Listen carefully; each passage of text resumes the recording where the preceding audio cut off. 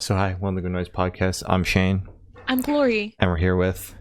Charlie from the Small Calamities. We're gonna ask them some questions today. I'm gonna start. So, what inspired the creation of the band, and what does the band name mean?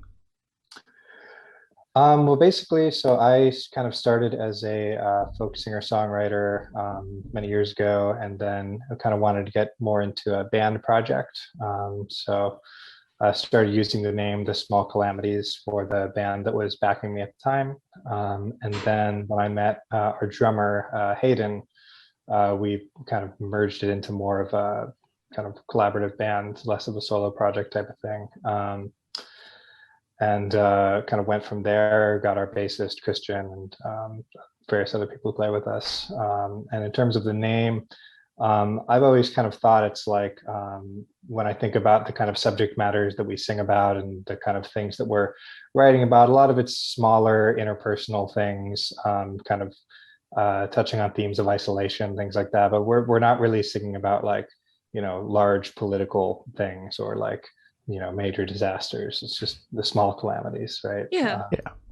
And it's not a great band name because it turns out that people have a really difficult time spelling the word calamities, Oh, including us. So oh you. we, uh, we once ordered like a whole run of merch with our band name spelled wrong on it. Oh no. Oh, Yeah. Limited edition special merch, I guess.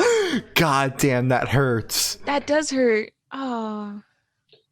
It was our graphic designer, but like we were like, how did we not notice this? Yeah, like Yeah. you're the ones that gave that okay. Then let Yeah. that go through. God damn. God, that sucks. I'm sorry about that. I hope it doesn't happen again. Yeah. So congratulations on your newest release, Moments of Impact. How do you felt the response to the album so far? It's been pretty good. It's only been out a couple days, but we've Mhm. heard pretty good things from people and seems to be getting a fair amount of streams on all the streaming services. So that's good. That's Always awesome. good. Yeah. We actually got to speak about it on the podcast last night. I think that was last night. I Yeah, it don't was know. My last days are night. getting mixed up. And we both enjoyed it. So Yeah. thumbs up, definitely. I only have Awesome. one. Yeah, thumb. I saw that you guys reviewed it.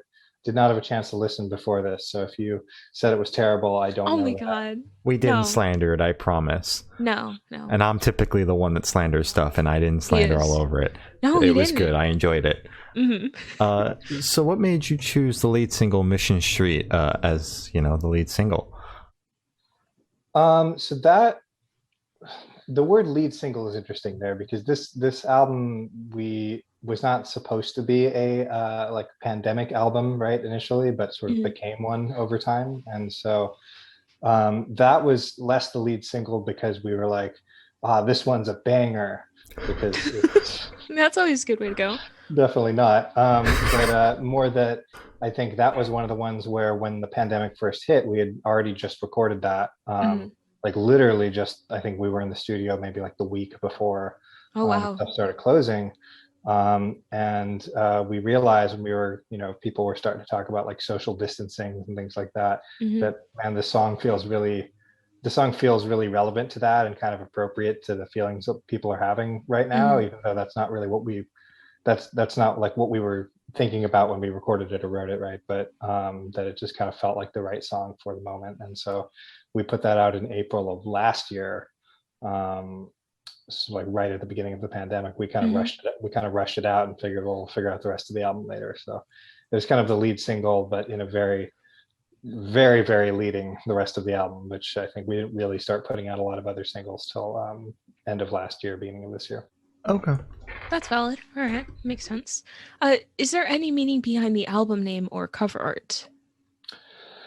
Yeah, so the album name Moments of Impact, it's a lyric in the song Parenthesis. And I Mhm. think for us, it's a lot about thinking about kind of nostalgia, but also like what are the moments in our lives and decisions we've made and things like that that kind of made us who we are and impact where we are right now.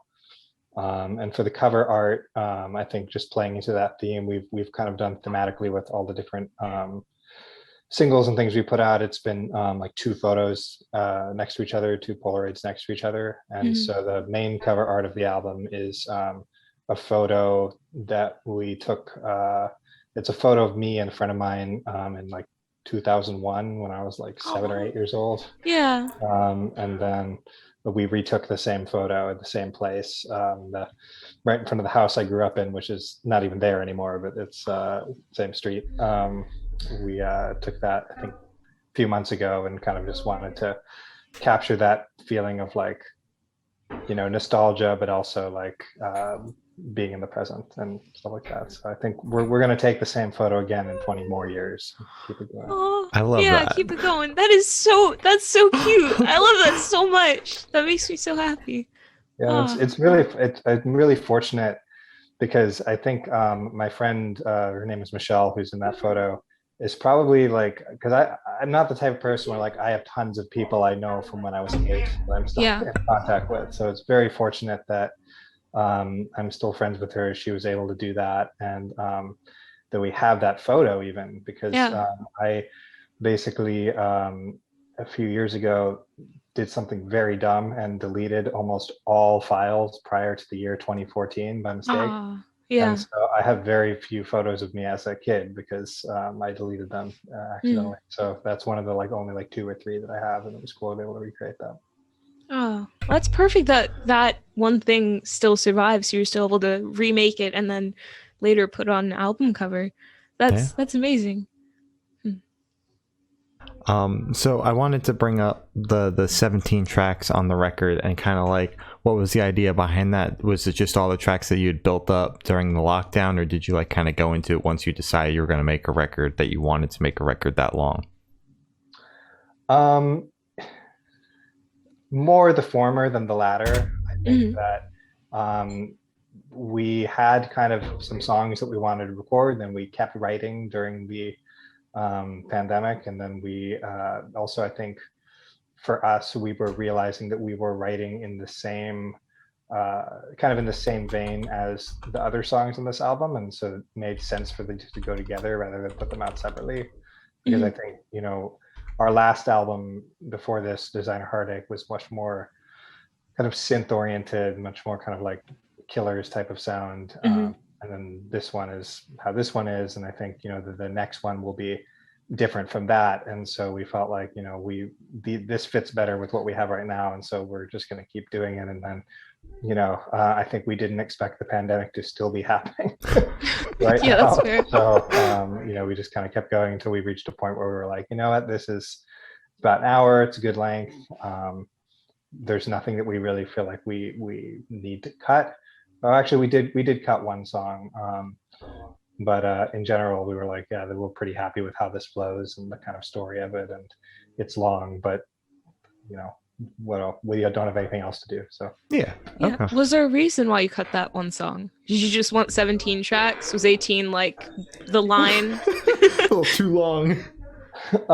No, it was, so we had one song, we might still put it out as a bonus track, but there's a song that was called Scrolling Slowly, and it was very kind of synth driven, very basically it felt more like it belonged on the previous album, and it was kind of as eclectic as this album is, it was still kind of noticeably out of place, and so we felt like it made more sense to not put it on this one.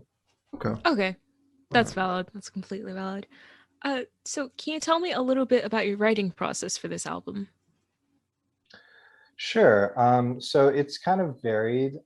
Typically, especially with our last album, and still most of this album, the way that it works is all kind of come to the band with a song that's pretty much already like done, at least in terms of like what you would consider the songwriting part of a song. So like the lyrics and the melody, and then we'll kind of work out the arrangement and what we want to do with it. We did do more co-writing on this one too, though, as well. For example, I think one of the more popular songs on the album is called Tabs, I Hope You Get the Plague. And that was co-written me and our bassist, and a friend of ours as well. I'm not sure if you're familiar with in Nashville, there's a saying, add a word or change a word, get a third, right? Because songwriters, if you're sitting in the room with songwriters and you say one word, now you have a third of the song. So a friend of ours contributed basically like one lyric, and also now has a third of that song. Wow.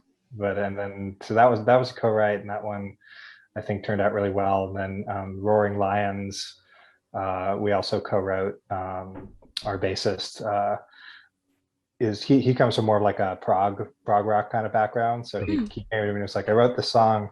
It's like, but I feel like you could make it more like poppy.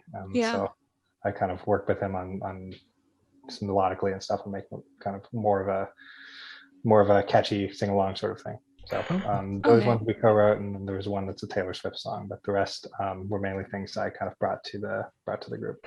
Mm-hmm. Wait, so what was it like kind of switching a prog song to kind of your poppy twist to it, I guess? What was that process like? That was interesting. We kept the body of the chorus is mostly the same, but we kind of added there's like a refrain at the end. It's like trying to do the right thing, trying to do the right thing. Right? It's that kind of like sing along thing. And then I think the verses we just generally made like uh, slightly more melodic. It's been a while, so honestly, I don't remember exactly, but it was kind of like going through what he wrote and really focusing on the melody and trying to figure out how to make that really poppy. I study a lot of like the kind of Max Martin pop, the Katy Perry, Taylor Swift type of stuff. And there's just a big focus on like in every part of the song, whether it's the verse, the pre-chorus, the hook, whatever, there's always like just tons of these little melodic moments that, are kind of designed to get stuck in your head and be singable, right? Whereas I think if you're coming from more of like a prog rock background, which I very much respect. It's not really my thing, but like it's much harder than what we do. But it's very, you're going for a different thing, right? It's not quite the same like instantly repeatable type of melody a lot of the time. Yeah, you're going That for makes that sense. very technical bullshit instead of making a catchy riff. So where's your headspace at while you're writing this album? God, I mean, I think like everyone, it's been all over the place, right? Definitely, It's yeah. been a crazy year, and it it's. I mean, a lot of it was written actually before the pandemic, so I guess it being a crazy year maybe doesn't impact it that much. Although a lot of it was written during as well. It's kind of a little bit of both, but I think just in general, it's been a tough year. We've been kind of stuck here. We were about to go on our first kind of big tour last year, and that obviously didn't really happen. So it's not been the greatest, but I think I've been trying to keep a positive headspace and kind of focus when I'm songwriting on how processing the kind of loss and grief and stuff that everyone's been going through while we figure out how do we live in this new world. Yeah. Yeah, okay. Man. All right. So while going through this album, what band or artist influences pop out the most to you? Interesting. Probably it's a very varied album. I would say a lot of the Front Bottoms, a lot of Pine Grove I've been listening to a lot recently. I listen to a lot of Taylor Swift, although I feel like that's maybe not as apparent an influence on this album. What else? A lot of the Wonder Years I was listening to, I think, when we wrote some of these. Okay. Solid. So this question should be super, super quick. Off the top of your head, I want you to describe this album for new listeners in 3 words. No more, no less. Describe what? The album in 3 words for new listeners. Okay, like the genre or just the album in general? Hold on. Okay. It's a very important question. You have 3 words to make them listen to the record. Yeah. Catchy emo folk. All right. Solid. I'll accept that. So what does this album mean to you? Is this kind of like a stepping stone to what you want to get to in music? Is this like therapy? What did this album do for you? It came out 3 days ago. Who knows what it'll do for us? It's interesting. I think that it's going to be more of a stepping stone than we had hoped, just because we're not going to be able to tour immediately supporting it, right? I think it's still going to be a while. I mean, we'll see, but I'm guessing it's still going to be a while before the kind of infrastructure is really back in place for that sort of thing to happen. So Hmm. I think it's probably more of a stepping stone. I mean, we've got a lot of new listeners with it, and hopefully who are paying attention to what we put out next. And we're starting to kind of think about what we want to record next and some other projects we're going to work on. So yeah, we'll see. But we're hoping that mainly it'll get us a little bit more exposure, get us more people listening, and kind of allow us to pursue bigger and better things in the future. All right. Definitely. Hmm. So you brought up working on some newer projects, upcoming records, stuff like that. What can you tell us about what you guys are working on? Tell us everything. Well, we've started very, very early stage the next like real album. Hmm.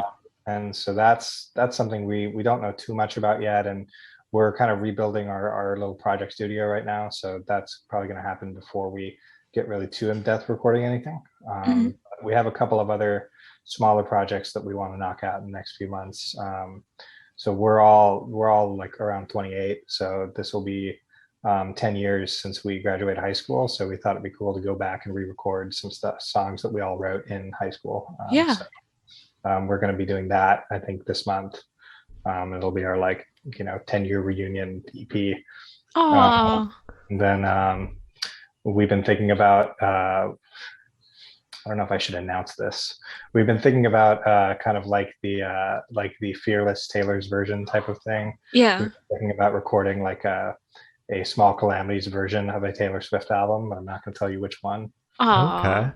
Okay. And, yeah, because we didn't realize she released Fearless on the same day as our album, which we were kind of hurt that she would do that to us. So Just we betray you. Right. So we think it would be funny if we released, our version of one of her albums the same day she does. So I don't know if we're really going to do that, but it's something we've been talking about. All right. Well, Okay. since she's been surprise dropping everything, you guys have got to be ready to pull a trigger Exactly. Yeah. at any given moment. Yeah, exactly. That's the problem. That's why it's because it's kind of a game, right? Of like, which one do we record? Because we don't know when or what she's going to do next. So Yeah. Yeah. But, She you could might drop not- one like right now. Actually, I just got a text from Taylor Swift's management. New album just went live. She wants That's to your come on. next interview. She wants to come on the podcast. Yeah, it's the next one actually. Oh my god, I would die. Sorry, we got to hurry this one up. We got Taylor Swift waiting. So no. So where do you see the band in the next 5 years? Hopefully touring. Mm-hmm.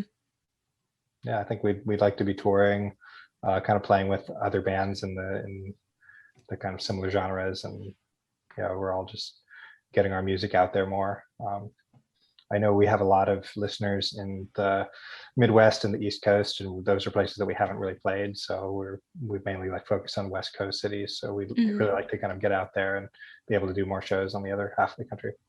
Okay. Definitely. You said tour with other bands. Do you have any bands that you have your eyes on right now that you kind of want to like toss out there, call them out? If they're listening. Mm-hmm. Well, I know you guys just interviewed the Future Teens. We would really love to tour with them. I love Future Teens. So Very good. true. All right. Good pick. We'll call them out. All Yeah. So for the last couple of questions, we're going to shift away from music and go straight to death row. Boom, boom. So if you're on death row, what would your last meal be with a drink? That double boom gave me whiplash.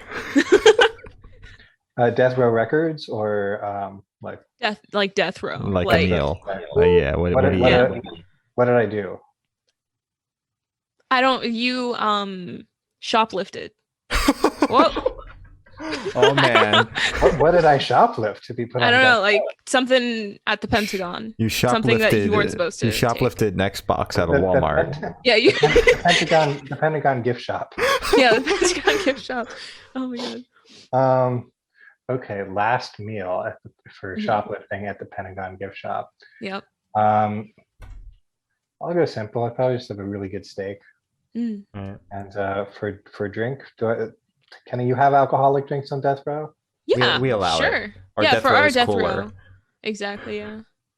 Okay, then I'd probably have like a pisco sour or something like that. All right. Solid. All right. So if you could live in one fictional world for a week, where would you live? One fictional world. I guess the Harry Potter world. I don't know if that counts because That's like not a fictional world per se, right? Technically, It like counts. Hogwarts and like that side of the world kind of is. So I count it as a fictional Okay. world. We We'll go with also that. get it 50% of the time, so we kind of have to. What house are you? What house am I? Probably Slytherin. Slytherin? All right. That's fair. That's fair. So I have the honor of asking the last question, and every single person we've spoken to have said that it is the most important question. What's your favorite color? Purple. All right. I noticed, yeah. That's a That was an easy one. yeah. So as I said, that's all the questions we have today. Is there anything that you would like to plug? Yeah, you should check out our album, Moments of Impact. It's available now on Spotify and all the streaming services. And we're doing a virtual album release concert today at 5 p.m. Pacific, which I'm guessing this podcast will be up after that. So you can watch us do that in the past, even though it is in the future right now. By the time you're seeing this. All right. Solid. Well, thank you for sitting out. This has been Charlie from the Small Calamities, and we're the Good Noise podcast.